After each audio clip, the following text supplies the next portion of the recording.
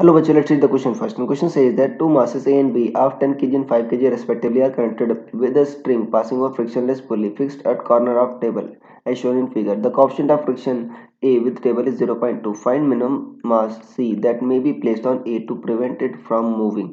So students, से पहले आपको समझना होगा कि की कंसेप्ट क्या यूज हो रहा है. So की कंसेप्ट इज फ्रिक्शन.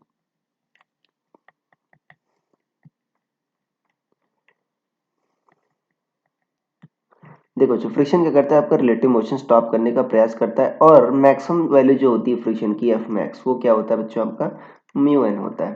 अब यहाँ पर बच्चों हमको बताना है सी की मिनिमम वैल्यू, जिससे क्या हो कि वैल्यू जो आपका ए है स्लिप ना हो. तो देखो सी और ए बच्चों आपके अभी तो मूव कर नहीं रहे, राइट. तो मतलब इनको सिंगल सिस्टम मान सकते हो. तो मास कितना हो जाएगा, एम ए प्लस एम सी.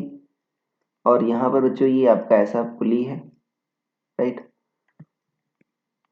और यहाँ पर देखो ये आपका लटका है बी, मान लो ये एम बी है.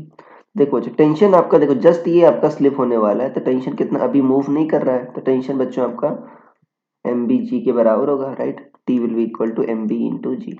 एम बी कितना है बच्चों आपका, मास ऑफ बी 5 के जी है, तो 5 जी हो गया. अब देखो यहाँ पर बच्चों टेंशन भी लग रहा है और यहाँ पर बच्चों जस्ट स्टॉप करने के लिए फ्रिक्शन आपको इधर लगेगा. अब कह रहे मिनिमम वैल्यू के लिए क्या होना चाहिए, देखो जो फ्रिक्शन की मैक्सिमम वैल्यू ऐड करनी चाहिए. अब फ्रिक्शन की मैक्सिमम वैल्यू म्यू एन है, तो एन क्या होगा बच्चों, एन एम जी के बराबर होगा. एम क्या, एम ए plus M C into G, ये होगा बच्चों. सो आपका क्रिटिकल केस में टेंशन क्या होगा, एफ के बराबर होगा. टेंशन क्या होगा, एफ मैक्स के बराबर होगा, राइट.